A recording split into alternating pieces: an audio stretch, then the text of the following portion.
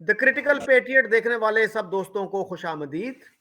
आज मेरे साथ मुल्तान से शरीके गुफ्तगू हैं लेफ्टिनेंट कर्नल सिकंदर खान बलोच साहब। बलोच साहब ने काफ़ी अरसा पाकिस्तान मिलिट्री एकेडमी और फिर सऊदी मिलिट्री एकेडमी में पढ़ाया। इसके अलावा काफ़ी अरसे से नवाए वक्त अखबार में कालम लिखते आ रहे हैं। सर, आज एक खबर छपी है अखबार में कि कुछ पाकिस्तानी और ईरानी और अफगान और सोमाली रेफ्यूजीज जो थे वो तुर्की से इटली जा रहे थे।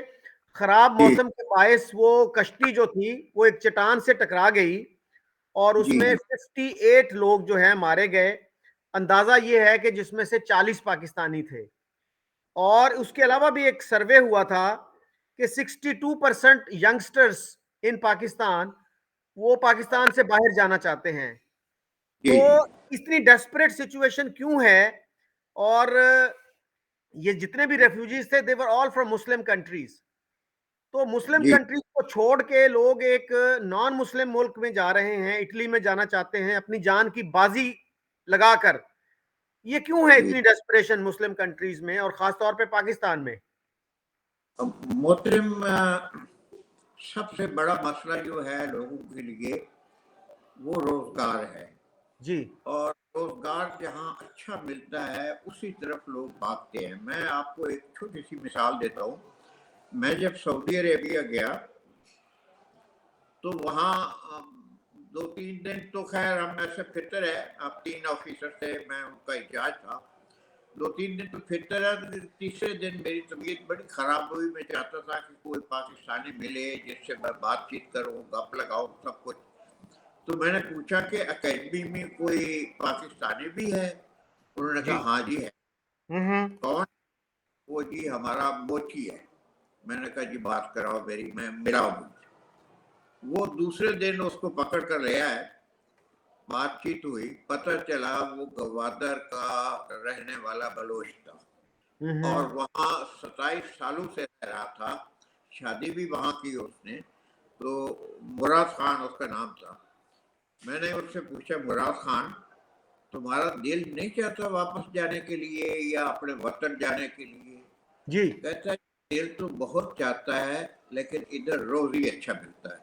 हम्म। तो बात सारी रोजी की है। आप देखें कि कितनी ये जो हुन है और ये जो सारे कब्जे आए हैं ये हिंदुस्तान में, सारे रोजी के लिए ही प्रॉब्लम था और रोजी के लिए आए। इसलिए हमारे नौजवान जो है बाहर भागते हैं। और सिर्फ हमारे नहीं, आप इंडिया देखें और इधर उधर के वो भी सारे यही कुछ कर रहे हैं कि हमारे यहाँ मौके इतने अच्छे नहीं है रोजगार के जितने वहां पे हैं। इसलिए ये भागते हैं और अनफॉर्चुनेटली गलत रास्ते भी ये अडॉप्ट करते हैं और इसलिए रास्ते में मारे भी जाते हैं। ये गलत रास्ता हुआ था जो जो ये गए हैं। मैं तकलीफ दी है, बहुत अफसोस होता है ऐसे लोगों की बहुत पे। लेकिन इनका तरीका वहाँ जाने का मेरा ख्याल है ठीक नहीं था। लेकिन सर बात यह है ना कि मुख्तलिफ मुल्क जो हैं जो अपनी इकोनॉमी पे तवज्जो देते हैं वहां पे इतनी डेस्परेशन नहीं होती। कुछ लोग फिर भी जाना चाहते हैं लेकिन कुछ तो आप रोजगार दें ना अपने नौजवानों को। अब जैसे इंडिया का मैं कहीं देख रहा था, वो यूएन के फिगर्स हैं कि पिछले 15-16 साल में उन्होंने 42 करोड़ लोगों को गुर्बत से निकाला है। हमारे जी यहाँ कितने लोगों को गुर्बत से निकाला गया? आज हमारा जीडीपी कितना है? इंडिया की एक स्टेट है तमिलनाडु, उससे भी कम है। और बांग्लादेश जो है उसका जो है पर कैपिटा इनकम उसकी वो हमसे ज्यादा हो गई है। तो सर इस पे हमारे हुक्मरान जो हैं, चाहे वो मिलिट्री के हों चाहे सिविलियंस हों, उनकी कोई तवज्जो नहीं जाती। हमारी सारी तवज्जो ये थी कि जी बम बन जाए हमारे पास। बम पे तवज्जो है, इकोनॉमी पे तवज्जो नहीं दी किसी ने भी। देखिए, ये मैं समझता हूँ कि बड़ी अनफॉर्चुनेट किस्म की बात है कि शुरू से पाकिस्तान एक बेकारी मुल्क बन गया है। 47 में जब ये आज़ाद हुआ है तो कुछ अर्से बाद जो है ये अमेरिका का अलाई हुआ। वहाँ से हथियार भी लिए, पैसे भी मिलते रहे और आज तक उसी तरह चलता रहा है। मैं ज़ाती तौर पे ये समझता हूँ, मेरा ज़ाती ओपिनियन है कि एक दफ़ा जो बेकारी बने वो हमेशा के लिए बेकार ही रहता है। अगर ये कोशिश करते, हिंदुस्तान भी हमारे साथ ही आज़ाद हुआ था, लेकिन वहाँ देखें किसी वजीर आजम पे सिवाय राजीव गांधी के, उस पे मेरे ख्याल है कुछ इल्ज़ामात लगे थे बोफर्स के मुतालिक कि उसने करप्शन की थी, लेकिन बाकी किसी पे नहीं लगे और अपने मुल्क में वो मौजूद है। और यहाँ देखें कोई ऐसा हमारा लीडर नहीं है जिस पे इल्ज़ाम ना लगे हो। ये अनफॉर्चुनेट चीज़ है कि किसी ने भी जाती जाती फवायद के अलावा किसी चीज़ पे सोचा ही नहीं है कि हम ये करें। अब बांग्लादेश जो है, उन्होंने 2-3 बहुत अच्छी हमारे कोलीग रहे हैं। मैं पाकिस्तान मिलिट्री एकेडमी में जब था, हमारे कोलीग थे बंगाली, ये ज़ियाउर रहमान वगैरह जो बाद में वहाँ सदर बना, और बाकी जो उनके सीनियर अफसर बने वो सारे हमारे साथ थे पाकिस्तान मिलिट्री एकेडमी में, तो अच्छी तरह उनको जानते हैं हम। लेकिन वहाँ एक चीज़ जो बहुत अच्छी रही है, नंबर 1 वो उनकी हुकूमत मुसलसल रही है, एक ही हुकूमत रही है, लॉ एंड ऑर्डर उनका अंडर कंट्रोल था। और law and order under control हो तो लोग जो है वो मेहनत भी करते हैं और नए नए कारोबार भी शुरू करते हैं और कामयाबियां भी मिलती हैं। हमारे यहाँ तो उल्टा लोग यहाँ से भाग रहे हैं कि यहाँ लॉ एंड ऑर्डर बड़ा ख़राब है और कोई गवर्नमेंट की तवज्जो नहीं है इस तरफ। अब इंडियन जो हैं वो सारा कारोबार की तरफ तवज्जो देते हैं। उनकी आप रिपोर्ट्स पढ़ें। अब एक लड़के ने कुछ अर्सा पहले वो एक कारोबार शुरू किया कि जी 10 मिनट में मैं चीज़ें आपके घर पहुंचाऊंगा, जो भी कोई लेना चाहता है। तो वो इतना पॉपुलर हुआ, इतना पॉपुलर कि वो अब लखपति बन गया है और उसका कारोबार सबसे बहुत अच्छा जा रहा है। अब यहाँ क्या करें, यहाँ तो लोग भाग रहे हैं यहाँ से, लॉ एंड ऑर्डर ही ठीक नहीं है। जी अच्छा कर्नल साहब, ये बताइएगा कि आपने आज भी लिखा और आज से कुछ दिन पहले भी नवाए वक्त में कि जी जी 47 में हिंदू सिख मुसलमान एक दूसरे के जानी दुश्मन बन गए थे, जी लेकिन जी क्रेडिट देना पड़ता है इंडियन आर्मी को जिसकी तरबियत अंग्रेजों ने की थी, और जी उसमें जो है वो इतनी नफरत जो थी वो नहीं थी, और उन्होंने बिला इम्तियाज मजहब व मिल्लत सबको कोशिश की बचाने की। और बिल्कुल। उसमें आपने सर एक तारीफ की थी कैप्टन सईद अहमद मंसूर की। जी हम जी, और उनको फिर ना सिर्फ ब्रिटिश गवर्नमेंट ने बल्कि इंडियन प्रेसिडेंट ने भी एक जी सर्टिफिकेट ऑफ कमेंडेशन दिया, उनको अप्रिशिएट किया, उनका शुक्रिया अदा किया। लेकिन जी सर जी एक वाकया मैं आपकी तवज्जो मबजूल कराना चाहता हूं। जो हमारे जर्नलिस्ट हैं, मारूफ जर्नलिस्ट हारून रशीद, उन्होंने अपनी किताब अल फातिह में लिखा है जनरल अख्तर अब्दुल रहमान के हवाले से कि जब वो जी लेफ्टिनेंट थे तो उनकी भी एक ऐसी ही ड्यूटी लगी पत्तों की रेलवे स्टेशन पे कि यहाँ से जो ट्रेन आएगी हिंदुओं और सिखों वाली, उसको आपने बाहिफाजत आगे पहुंचाना है। जी तो वो ये लिखते हैं कि उन्होंने अपने सिपाहियों को हुक्म दिया कि वो पीछे हट जाएं और बिफरे हुए हजूम का रास्ता ना रोकें, और उसका नतीजा था कि वो सारी ट्रेन जो थी पत्तों की स्टेशन पे काट दी गई। और उसके ऊपर फिर ये भी एक वाकया है कि एक इंडियन ऑफिसर, हिंदू था गालबन, वो आ गया और उनकी आपस में तू मैं हो गई, और उनके उनका जो था स्टाफ का बंदा, उसने अख्तर अब्दुल रहमान पे गन तान ली। फिर अख्तर अब्दुल रहमान का एक स्टाफ ऑफिसर आ गया, उसने उस इंडियन मेजर पे या कैप्टन था जो, उस पे गन तान ली। तो इस तरह से बमुश्किल बच बचाव हुआ, लेकिन वो ट्रेन जो थी वो पत्तों की स्टेशन पे पूरी की पूरी, एक बच्चा भी उसमें से नहीं बचा था। तो ये वाकयात भी तो है ना सर। ये मैं इस वाक्य के मुतल्लिक कुछ नहीं जानता कि क्या हुआ कैसे हुआ, लेकिन मेरा दिल नहीं मानता कि इस तरह कत्ल गारत की इजाज़त दे दी गई उस अफसर की तरफ से जो हिफाजत पे मामूर था, जिसकी ड्यूटी लगी थी। कुछ दिल नहीं मानता, हालांकि हकीकत में उस दौर में आर्मी ने बहुत काम किया था, ऐसा हो नहीं सकता। और हाँ सर हारून रशीद ने ये लिखा है कि उनको आखिरी उम्र तक इस पे कभी रिग्रेट नहीं हुआ, कभी उन्होंने रिमोर्स का एक्सप्रेशन नहीं दिया, बल्कि 1987 का गालिबन उन्होंने लिखा है कि उन्होंने ये जी जी कहा किसी तकरीर में कि मुझे आज भी उस पर कोई अफसोस नहीं है। ये बड़े दुख की बात है। मैं समझता हूँ कि एक फौजी ऑफिसर जिसकी जिम्मेदारी है हिफाजत करना, अगर वो ऐसा करता है तो मेरे ख्याल में ये थोड़ी सी ज्यादती होगी। मेरे ख्याल में तो बहुत हो बड़ी सक ज्यादती है सर जी। हो सक एक सेकेंड, हो सकता है क्योंकि ये मजहबी मामला है, बाज़ औक़ात लोग जो है मजहबी जोश में आकर ऐसी हरकत कर लेते हैं। ये जो वाक़यात मैंने लिखे हैं, इन लोगों के पास भी लोग आए थे कि जी वहाँ बहुत गड़बड़ हो रही है, हमारे भाइयों को वहाँ से वहाँ कत्ल हो रहे हैं, तो आप हमें इजाज़त दें कि हम लोग भी करें। लेकिन इन्होंने नहीं दी इजाज़त। इन्होंने जो इनकी ड्यूटी थी वो बहुत सही तरीके से अदा की और लोगों को पहुंचाया इंडिया में, या वो उधर भेजा उनको सेफ्टी से। जी और उधर उधर से भी देखे ना, लोग आए हैं तो ट्रेनें आई हैं, वहां भी लोगों ने आफ्टर ऑल वो लोग भी जज्बाती भी थे और मजहब का मसला भी था और सारी चीजें थी। फिर भी जो है उन लोगों ने हिफाजत की और लोग हमारे यहाँ ठीक पहुंचे। बाकी कत्ल वगैरह जहाँ आर्मी नहीं होती या जहाँ हिफाजत का इंतजाम नहीं था, वहाँ ये वाकयात जरूर हुए हैं। और हो सकता है कोई ऑड ऑफिसर ऐसा हो जिसने इजाजत दे दी हो। जी।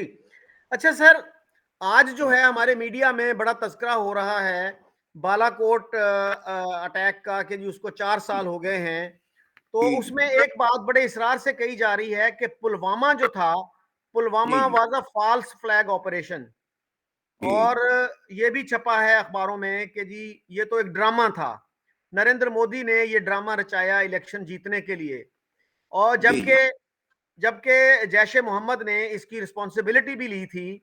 और क्या वो लड़का जिसने वो ब्लास्ट किया था, 40-42 जो पुलिस वाले मारे थे, आदिल अहमद जी डार उसका नाम था। तो क्या जी आदिल डार भी कोई रॉ का या उनकी इंटेलिजेंस एजेंसी का नुमाइंदा था, उनका उनके लिए काम कर रहा था? आपकी क्या असेसमेंट है? लेकिन इसमें असेसमेंट वाली बात तो नहीं है, दोनों पॉइंट ऑफ व्यू हैं लोगों के।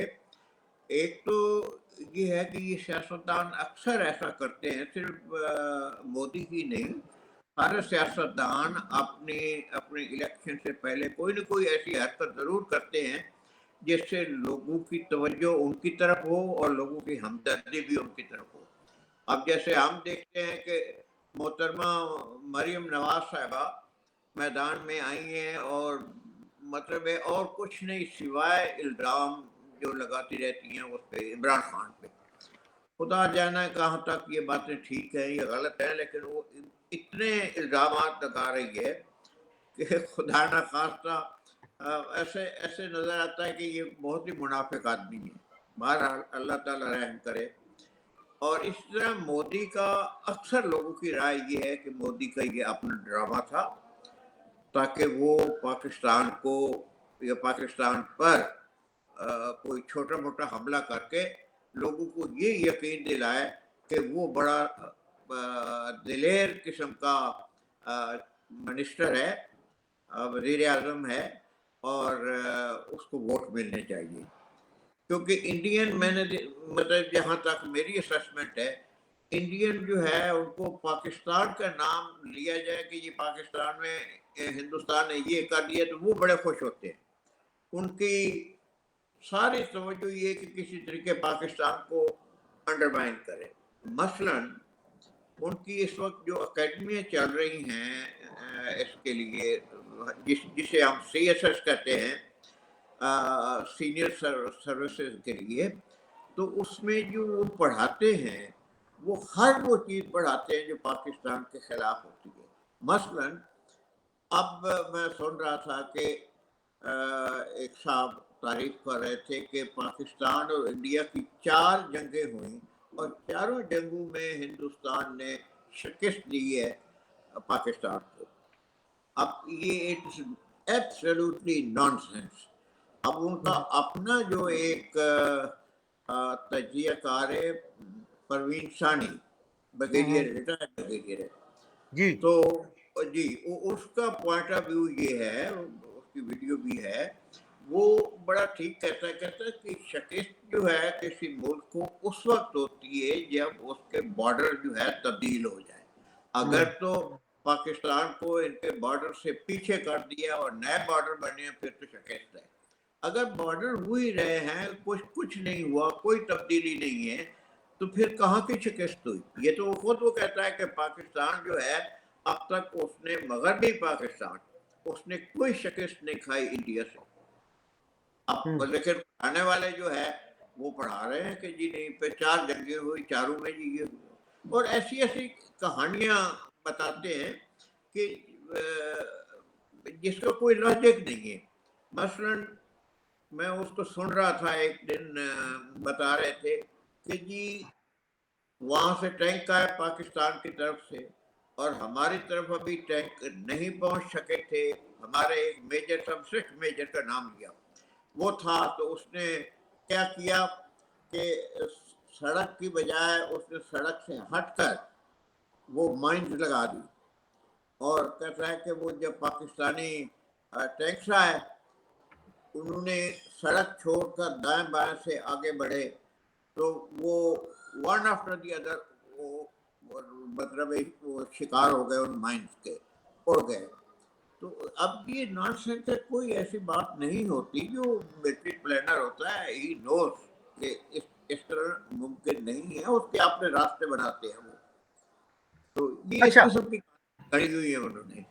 अच्छा सर, अगर ये जो है पुलवामा अटैक एक फॉल्स फ्लैग ऑपरेशन था, तो क्या जी 2008 का जो मुंबई अटैक था वो भी फॉल्स फ्लैग ऑपरेशन था जो डॉक्टर मनमोहन सिंह ने करवाया?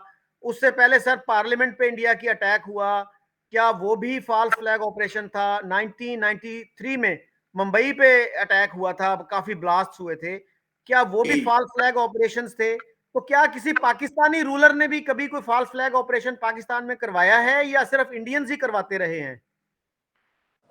नहीं, पाकिस्तान का तो मुझे नहीं अंदाजा कि कोई फास्ट फ्लैग हुआ हो। ये सिवाय इसके कि जो दहशत गर्दी हो रही है उसका इल्ज़ाम लगाते रहते हैं ये कि जी ये इंडिया करा रहा है, ये करा रहा है, वो करवा रहा है, लेकिन वहाँ सारे फाल्स फ्लैग नहीं थे। वाकया, कुछ वाकयात ऐसे हुए कि पाकिस्तानी और ख़ासकर ये जो मुख्तलिफ़ किस्म की तंजीमें बनी हुई हैं जो अपने आप को मुजाहिद कहते हैं, इनके लोग वाकया गए भी हैं और कोशिश भी करते हैं वहाँ। तो ये मैं समझता हूँ कि ये झूठे वाकयात नहीं हैं। पुलवामा जो है वो वाकई एक प्लान किस्म का था पाकिस्तान को अंडरमाइन करने के लिए। तो 2008 का जो हमला था उसमें आप समझते हैं कि लश्कर तैयबा के लोग थे वो जो गए यहां से? मेरा ख्याल है लश्कर तैयबा के लोग ही थे वो जो गए हैं, जिस हिसाब से वो गए हैं, और उनकी किश्ती जो है वो जाकर बम्बई के पास लगी है, और आगे जो एक्शन हुआ है ये उनका अपना नहीं हो सकता। हम्म। कि ये मेरा ख्याल है कि ये पाकिस्तानी एक्शन है और ठीक एक्शन हुआ ये। ठीक एक्शन हुआ क्या मतलब? मतलब ये कि इन्होंने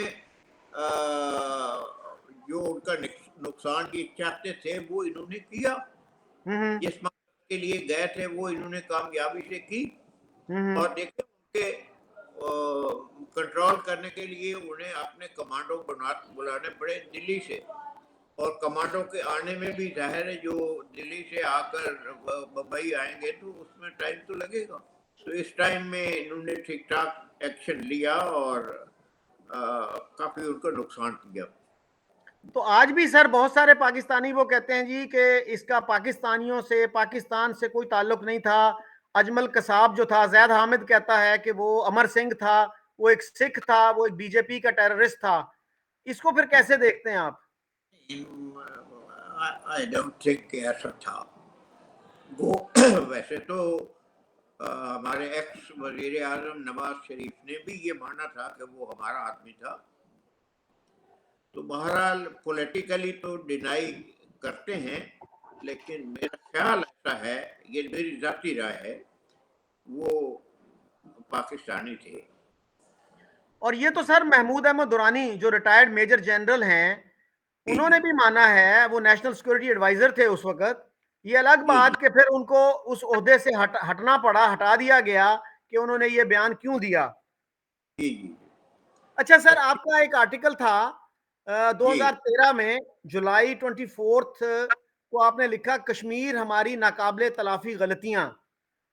जी जी तो उसमें आपने among other things you wrote के भाई रिसर्चर्स की नज़र में कश्मीर के इल्हाक, इंडिया से कश्मीर के इल्हाक की सबसे बड़ी वजह ट्राइबल इन्वेजन था। जी जी और उन्होंने हिंदुओं, सिखों और मुसलमानों तक को नहीं छोड़ा, इतने हमला वो किया, लूटमार की और कत्लो गारत की। जी तो इसकी जी क्या जी डिटेल है कि ये हमें क्यों नहीं बताया जाता? देखें, ये भी हमारी बदकिस्मती है कि हमें तारीख सही नहीं बताई जाती। मैं बल्कि दुख होता है मुझे कि मैं उस्ताद हूँ और मैं पढ़ाता हूँ। हम जब सोशल स्टडीज या पाकिस्तान स्टडीज पढ़ाते हैं, जैसे बांग्लादेश की जो है, वो कहेंगे इंडिया ने हमला कर दिया, इंडिया ने ये कर दिया। इसी तरह 1965 या बाकी जितनी भी जंगें हैं, वो हम इल्ज़ाम लगा देते हैं कि जी इंडिया ने हमला कर दिया। अब क्यों नहीं कोई बताता कि जी मसलन 65 जो है, वो उसमें कश्मीर में कौन गया था पहले? हम पाकिस्तानी गए थे। कश्मीर में हमने अपने रेडर्स भेजे, इसमें तो कोई शक नहीं है। मैं बहुत ज़ाती तौर पे जानता हूँ वो ऑफिसर जिन्हें भेजा गया था। फिर इसी तरह ये अटैक हुआ, उस उनकी तरफ पाकिस्तान ने किया। अब इंडिया का रिएक्शन तो आना था। अब ये तो नहीं हो सकता कि कश्मीर में आप बंदे भेजें, कश्मीर को ऑक्युपाई करने की कोशिश करें और फिर ये तवक्को रखें कि इंडिया रिटेलिएट नहीं करेगा। तो ये मुमकिन नहीं है। इंडिया ने रिटेलिएट किया, इंडिया ने अटैक किया, लेकिन हम लोग नहीं मानते। हम लोग तो ये कहते हैं कि जी नहीं, इंडिया ने अटैक कर दिया हम पे, नाजायज अटैक कर दिया। ये नहीं बताया जाता कि जी उससे पहले क्या हुआ। इसी तरह आप आए उसकी तरफ, कश्मीर की तरफ। देखिए, कायदे आजम जो है, अल्लाह उसे जन्नत नसीब करे, प्योरली एक लीगल आदमी था। वो कानून से हटकर कोई बात नहीं करता था किसी किस्म की भी। और उसके ताल्लुकात वैसे नेहरू गांधी से भी ठीक ठाक थे। मुझे आज तक नहीं पता कि ये जो कबायली भेजे गए थे कश्मीर में, ये किसने भेजे और क्यों भेजे। अब ये कबायली आए, पहली चीज तो ये है कि कबायलियों के आपस में बड़े डिफरेंसेस होते हैं। अफरीदी ट्राइब जो है वो दूसरों के खिलाफ लड़ेगा, मेहमद ट्राइब जो है वो कुछ किसी और का करेगा। ये लोग आए और इनकी कोई कमांड नहीं थी। ये एक हजूम की सूरत में आए, ना इनके पास कपड़े थे, ना इनके पास राशन था, तो वो कहाँ से लेना था। जो ही ये कश्मीर में दाखिल हुए, दाएं बाएं से इन्होंने राशन भी इकट्ठा करना शुरू कर दिया और किस तरह लूट मार से कपड़े भी इकट्ठे करने शुरू कर दिए। और ये इसमें जाकर रुक गए थे, जगह का मुझे नाम भूल रहा है। पुलवामा, सॉरी, हाँ वो था अ, जी, मैं 47 की जो आप बात कर रहे हैं। हाँ 47। हाँ, वो उसका वो नाम है जी। वहां जाकर ये रुक गए और 3 दिन रुके रहे। जी जी। जबकि वहां श्रीनगर, वहां से जो है वो 3 घंटे का तकरीबन रास्ता था, या 3 न सर करें वो 4। बारामूला की बात कर रहे हैं आप? हाँ जी, बारामूला। बारामूला, हाँ बारामूला की। हाँ, बिल्कुल बिल्कुल, थैंक वो यू तो वेरी काफी मच। करीब है, श्रीनगर के बिल्कुल करीब है। करीब, यही तो दुख होता है हम्म कि वहां जाकर ये नामुराद क्यों रुके हैं। अब हम्म अंडरग्राउंड बात ये पता चलती है कि जो उनके इंचार्ज थे, वो लेन देन करते रहे कि जी अगर यहाँ पे हुकूमत बनती है, यहाँ फतह करते हैं तो मुझे क्या मिलेगा, मुझे वजारत मिलेगी या क्या मिलेगा। ये करते करते उन्होंने 3 दिन गुजार दिए। और दूसरा इन्होंने ये किया कि साथ ही वहीं कहीं नजदीक उनका पावर जनरेशन प्लांट था, जहाँ से बिजली श्रीनगर को जाती थी, इन्होंने वो भी उड़ा दिया। जब वो उड़ाया तो बिजली खत्म हुई और वहां का जो राजा था या अमीर था, जो भी था, वो इतना पैनिक हुआ कि उसने फौरी तौर पे अपनी गाड़ी तैयार की और वो भागने लगा जम्मू की तरफ। उसने मेहनत की, इंडिया की, कि वो हमें ज्वाइन करे। जी जी। और इंडिया के लिए उन्होंने मतलब जो कोशिश वो कर सकते थे, उन्हें रिक्वेस्ट की कि हमें प्रोटेक्शन दी जाए और हम इंडिया के साथ मिलते हैं। फिर इंडिया ने अपना हिसाब किताब किया, उन्होंने बंदे भेजे और उनसे लिखवा लिया कि जी ठीक है, मैं इंडिया में दम होते हैं। तो वो फिर उसके बाद उन्होंने आर्मी भेज दी। फर्स्ट सिख बटालियन जो है वो तैयार रखी हुई थी माउंट बैटन ने बहुत उनकी हेल्प की है, तो वो तैयार रखी हुई थी उन्होंने। तो उसी वक्त उसको बाय एयर श्रीनगर पहुंचाया और जाकर एयरपोर्ट कब्जा कर लिया। अब सवाल ये पैदा होता है कि ये जो 3 दिन नामुराद रुके रहे हैं, ये अगर चले जाते, एयरपोर्ट कब्जा कर लेते तो बात खत्म। That was the end of Kashmir. वो नहीं किया इन्होंने। अच्छा सर, बारामूला का तो ये भी कहा जाता है ना कि वहां कत्लेआम किया गया, 11,000 लोग मारे गए, किया था बेशुमार रेप हुए। बहुत हुआ। वहां नन्स थी और कोई इंग्लिश आदमी थे, तो जो भी मिला इन्होंने छोड़ा नहीं है। ज्यादती, बहुत बहुत ज्यादा ज्यादती की है। और ये फ्रीडम एट मिडनाइट जो है, जो बड़ी मशहूर जी किताब है पार्टीशन पे, उसमें भी कुछ तफसील इसकी मौजूद है। और इस जी। किताब के एक एक राइटर अमेरिकन थे, एक जो थे वो फ्रेंच थे। और सर, जी हम जी। जो जंगों की बात कर रहे हैं सर, तो हाँ हम जंगों की हिस्ट्री जो है वो ऑनेस्टली नहीं पढ़ाते। आपके इल्म में होगा कि लेफ्टिनेंट जनरल महमूद अहमद, जो आईएसआई के सरबराह भी रहे, जी उन्होंने जी 65 की जंग पे एक किताब लिखी, जिसके जी लिए मिलिट्री ने उनको सारी सहूलतें दी, एक्सेस दिया सारे रिकॉर्ड्स तक, और उसके जी बाद वो किताब विड्रॉ कर ली गई। तो हमें जी। इतना कॉन्फिडेंस भी नहीं है कि हमारा एक सीनियर मिलिट्री ऑफिसर एक किताब लिख रहा है, अगर उसमें कोई गलत बात भी है तो उसकी आप तरदीद कर सकते हैं। तो इतना इतना इनसिक्योर हम क्यों हैं कि एक किताब को विड्रॉ करना जरूरी समझते हैं? क्या हम सच का सामना नहीं कर सकते? मेरा ख्याल है वाकई नहीं कर सकते तो ये ऐसी हरकतें करते, वरना ऐसी तो कोई बात नहीं है। आफ्टर ऑल ये तो नहीं है कि हमें कोई खा जाएगा। जी पाकिस्तान को एक का टुकड़ा तो नहीं है कि वो इंडिया आकर मुंह में रख लेगा, नहीं। हमारी फोर्सेज हैं, 6.5 लाख हमारी फोर्स है, ठीक ठाक फोर्स है, और हम उनको स्टॉप कर सकते हैं, तो कोई प्रॉब्लम नहीं है। लेकिन ये वाकया हकीकत है कि हमारी हिस्ट्री ठीक नहीं पढ़ाई जा रही। और sir, air marshal Asghar Khan ने कई दफा ये कहा, उनका क्लिप मौजूद है, कि ये जितनी भी हमारी जंगें हुई इंडिया से, उनका आगाज पाकिस्तान की तरफ से हुआ। और बिल्कुल। कलात पे भी उनका एक आर्टिकल डॉन में मौजूद है, जो गालबन हम्म, 2002 का है।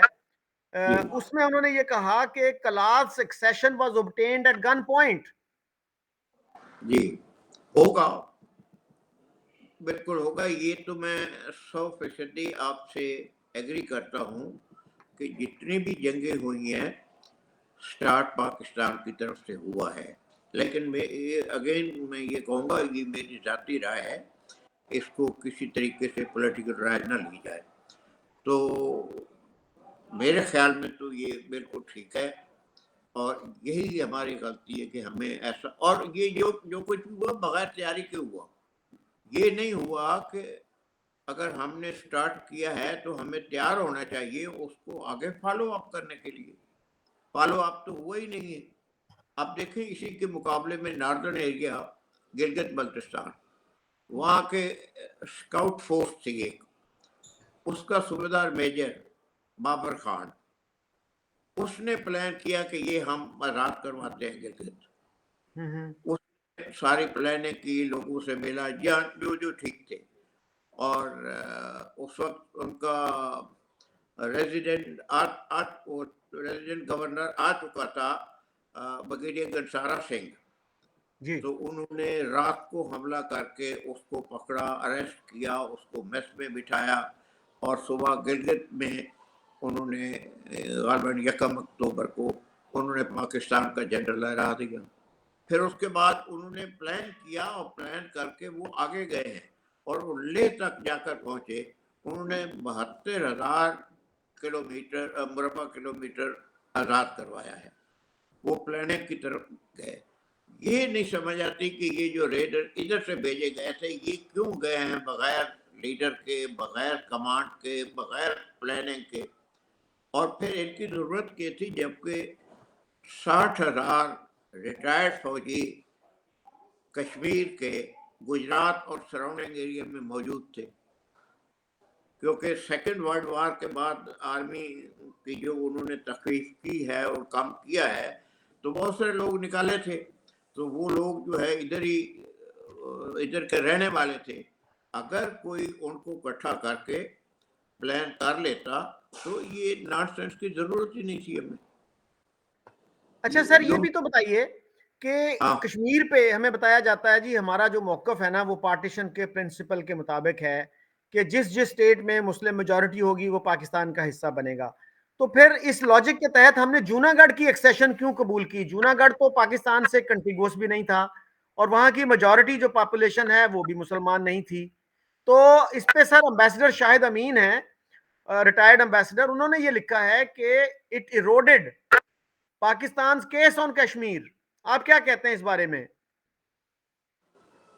ये इसकी मुझे इतनी तफसील का पता तो नहीं है, जी लेकिन उनका सिर्फ एक ही हमारा क्लेम था कि जो हेड था, हेड ऑफ द स्टेट था, वो मुसलमान था।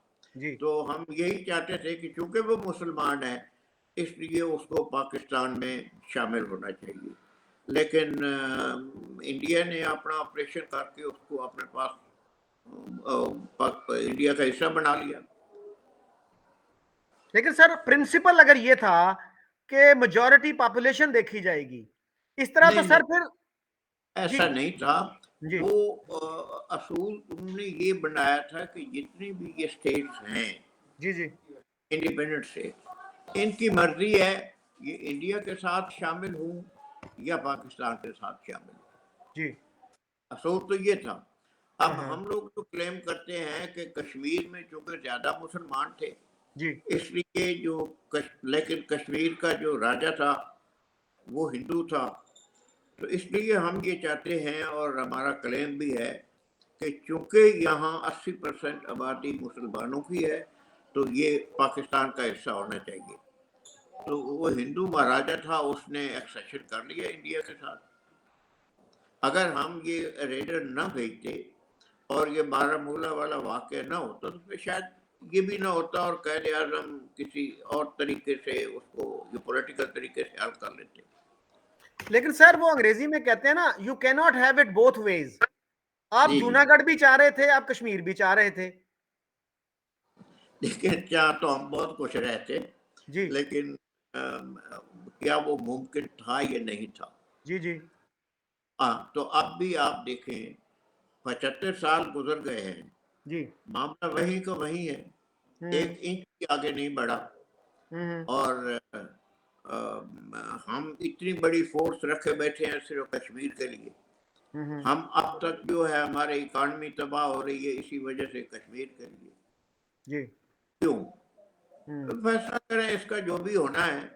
जी देखिए, तारीख एक मैं तो समझता हूँ जिंदा चीज है, इट कीप्स ऑन मूविंग। और मुल्क बढ़ते भी रहते हैं, मिटते भी रहते हैं, कोई ऐसी बात नहीं है।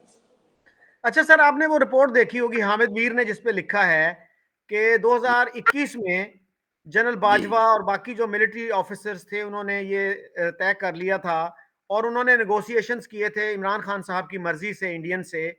वो ये था कि नरेंद्र मोदी आएंगे और वो बलूचिस्तान में एक मंदिर है वहां जाएंगे, उसके बाद इस्लामाबाद आएंगे और ट्रेड रिलेशंस और क्रिकेटिंग रिलेशंस का के रिवाइवल का ऐलान करेंगे और कश्मीर इशू को 20 साल के लिए कर दिया जाएगा फ्रीज।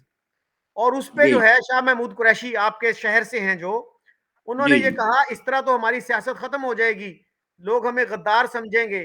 तो वो एक इनिशिएटिव जो हो सकता था पाकिस्तान को बचाने का, पाकिस्तान की इकोनॉमी को रिवाइव करने का, वो जी मौका जी हमने गवा दिया, सियासत की नजर कर दिया।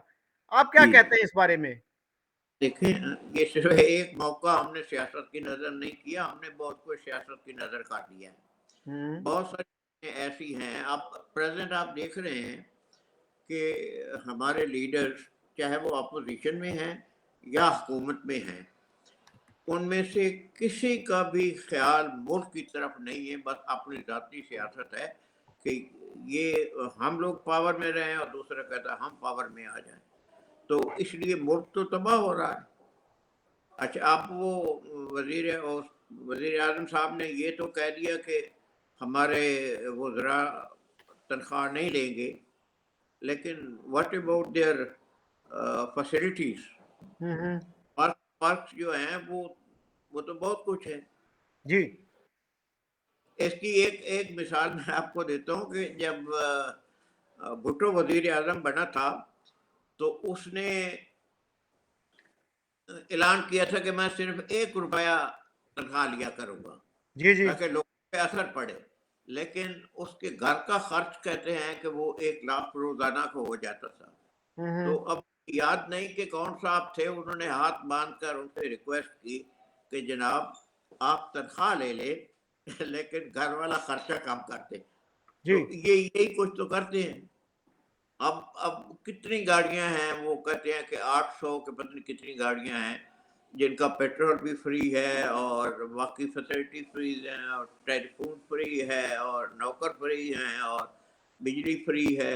अगर ये सारी फैसिलिटीज आप उनको दे रहे हैं तो फिर और बाकी बच के जाता है। जी। और उस पे तो सर आपको पता है ना, जमात इस्लामी के एक सेनेटर है मुश्ताक अहमद साहब, जी उन्होंने जी बड़ा अच्छा एक बयान दिया था पिछले दिनों कि जितने भी अमरात हैं, ब्यूरोक्रेसी, सिविल ब्यूरोक्रेसी है या मिलिट्री के जनरल्स हैं या पॉलिटिशियंस हैं, इन सब की अमरात खत्म की जाएं। तो जजेस की भी अमरात उन्होंने कहा खत्म की जाए। मैंने sir lieutenant general Asad Durrani sahab का इंटरव्यू किया था, उनसे जी एक जी सवाल मैंने पर्क्स के हवाले से किया, तो जी उन्होंने कहा मुझे तो बड़ी एम्बेरसमेंट होती है, इतने ज्यादा हैं पर्क्स। और उन्होंने कहा कि मैं एक ब्रिटिश जर्नैल से मिला था 2014 में, ऑक्सफोर्ड में एक सेमिनार था, और वो जर्नैल 1 साल पहले ही रिटायर हुआ था and he was the top general. तो मैंने उससे पूछा कि सुनाओ कैसी गुजर रही है, तो वो कहने लगा मुझे तो रोटी रोजी के लाले पड़े हुए हैं, मैं तो कोई किताब लिखूंगा, कोई कंसल्टिंग करूंगा, कहीं पढ़ाऊंगा तो मेरा गुजारा होगा, हमें जी ऐसा जी कोई फिक्र नहीं होता, उनका ये कहना था। जी ये बिल्कुल ठीक है। देखें, जनरल मोंटगोमरी जो था, ये बहुत बहुत पॉपुलर और बहुत मैं ये समझूंगा एक काबिल और कामयाब जनरल था। ये था जिसने रोमेल को शिकस्त दी थी मिडल ईस्ट में। जी लेकिन ये जब रिटायर हुआ, इसके पास घर नहीं था। और ये जी। आपको वो पता होगा कि ये वजीर आजम उस वक्त के वजीर आजम के पास गया था कि ये मुझे प्लाट दे दे, मैं घर बनाऊं। हाँ हाँ। तो आगे से कहा किस लिए आपको प्लाट दें, हम हम्म। आपको तनख्वाह मिलती रही है हम्म। एंड दैट है। यस। तो ये बात तो ठीक है कि हमारे पक्ष इतने ज्यादा हैं कि मुल्क को खा जाते हैं। अब जनरलों का भी लें, आर्मी का भी लें, अब बहुत सारे उनके लिए प्लाट हैं। ये इतने साल सर्विस हो गई थी, इतने प्लाट मिलेंगे, इतने साल हो गई थी, इतने मिलेंगे, इतने मिलेंगे। तो अब कल की खबर में पढ़ रहा था कि कोई जनरल, पाकिस्तानी जनरल जब रिटायर होता है तो वो तकरीबन 1 अरब रुपए के पक्ष ले जाता है। हम्म। अब पता नहीं ये सही है या गलत है, लेकिन हम्म। ये अखबार और यही थी। लेकिन हम्म। इसके मुकाबले में जब हम इंडिया का पढ़ते हैं तो मुझे याद है वो कहते हैं कि इंडिया के एक आर्मी चीफ रिटायरमेंट के बाद गुड़गांव, उनका पत्नी दिल्ली से कितना दूर है, जी दिल्ली वहां का वो एक वो है, सैटेलाइट टाउन है जी, सैटेलाइट सिटी। जी। अच्छा, तो वो वहां के एक फ्लैट में रहता था, जी जिसके टोटल 3 कमरे थे, जी। और रिटायरमेंट के बाद ये उसकी हैसियत थी। हम्म लेकिन उसके मुकाबले में अल्लाह ताला रहम करे, हमारे जनरल जो है वो तो कितने पैलेशियर घरों में रहते हैं, और माशाअल्लाह हम्म बहुत कुछ बहुत कुछ मतलब करके जाते हैं। आप देखें ना, इस पे जो इल्जाम लगा है, सच्चा या झूठा, जी आर्मी साबिक आर्मी चीफ बाजवा जी पे, इतने जी जी। 12.5 अरब रुपए का है हम्म। जी। और तकरीबन सर, साढ़े। और सर दिलचस्प बात यह है कि हाँ, किसी भी लीडर ने, पॉलिटिकल लीडर ने यह नहीं कहा कि इसकी इन्वेस्टिगेशन होनी चाहिए, कि दूध का दूध पानी का पानी हो जाए, ये इल्जाम कितना सच्चा है कितना झूठा है, इसकी सच्चाई तक पहुंचा जाए। बिल्कुल होने चाहिए, इसमें तो कोई शक नहीं है। लेकिन मुसीबत ये है कि हमारे किस लीडर के खिलाफ हुई ये इन्वेस्टिगेशन। अब नवाज शरीफ को देखें, आज तक उन्होंने मनी ट्रेल तो नहीं दी। हम्म हाँ, मनी ट्रेल तो उन्होंने दी ही नहीं है कि भाई ये जो बंगले बने हैं ये खरीदे गए हैं, ये कैसे खरीदे गए हैं। हम्म तो फिर और क्या ले दे के एक वो छोटे से के बेटे से तनख्वाह नहीं ली, हम्म उसको करप्शन पे तो नहीं दिया सजा। हम्म। तो उसमें उसमें सर लोग ये भी तो कहते हैं ना कि वो जो पनामा वाला था, उसमें तो सैकड़ों लोगों के नाम थे, तो सारी तवज्जो थी वो गई नवाज शरीफ पे, और इतनी इन्वेस्टिगेशन हुई, अपनी मर्जी की जेआईटी बनाई गई, उसके बाद क्या निकला कि जी उसने बेटे से तनख्वाह नहीं ली। So what a joke. Joke, it was a joke, इसमें कोई अच्छा शक सर, नहीं। बिफोर वी कंक्लूड, आपने जी फरमाया कि ये जो था Pulwama was a false flag operation, जी लेकिन सर इंटरनेशनल मीडिया जो है वो जी नहीं मानता इस चीज को। हम बेशक कहते रहे, दिन रात कहते रहे कि ये भी जी जी फॉल्स फ्लैग ऑपरेशन था, बाकी भी सारे फॉल्स फ्लैग ऑपरेशन थे। मतलब जो मीडिया इंटरनेशनल पब्लिक ओपिनियन पढ़ती है, मतलब जी न्यूयॉर्क टाइम्स हो गया, वॉशिंगटन पोस्ट हो गया, टाइम मैगजीन है, इकोनॉमिस्ट है, इवन चाइना का मीडिया, चाइना जी के जी। मीडिया में कहीं दिखा दे मुझे कि उन्होंने कहा हो कि ये फॉल्स फ्लैग ऑपरेशन था। और सर जब इंडिया ने बालाकोट पे स्ट्राइक की, चाइना तक ने हमें सपोर्ट नहीं किया उस पे, उन्होंने नहीं कहा कि जी India committed an act of aggression. क्यों इंटरनेशनल कम्युनिटी हमारा साथ नहीं देती इन मसाइल पे? शायद हम इस काबिल ही नहीं है कि इंटरनेशनल कम्युनिटी हमारा साथ दे। देखें ना, पाकिस्तान शुरू से ही ये एक स्टेट बन चुकी है। हर तरफ आप देखें, ना तो ईरान हमसे खुश है, ना अफगानिस्तान हमसे खुश है, ना चाइना फुली तौर पे खुश है, और ना इंडिया खुश है। हम्म तो क्या हमारी प्रोग्रेस है? सिर्फ एक हम भीख लेने के लिए ही तो हैं, और तो कुछ भी नहीं करते। Why not? अगर अगर देखें ना, इसराइल की आप मिसाल लें, उनकी टोटल आबादी जो है वो लाहौर शहर से कम है। सर बहुत कम, 9 बहुत मिलियन है तकरीबन जी। अच्छा। अच्छा, जी अब आप उनको देखें, उनकी कार्रवाइयाँ या उनकी मेहनत, जी और उनकी, यानी इसराइल वाहिद मुल्क है जहाँ मादनियात कोई नहीं है। जी यानी बाकी इर्द गिर्द अरब ममालिक है, वहाँ से तेल निकलता है, इनके जी यहाँ वो भी एग्रीकल्चर लैंड भी नहीं है, जी जी एग्रीकल्चर के लिए पानी भी नहीं है। जी और इनका सदर्न इलाका जो है वो टोटल एरिया 6 मील है, जी जो ये फौज जो है आराम से 1.5-2 घंटे में क्रॉस कर सकती है, कोई भी आर्मी।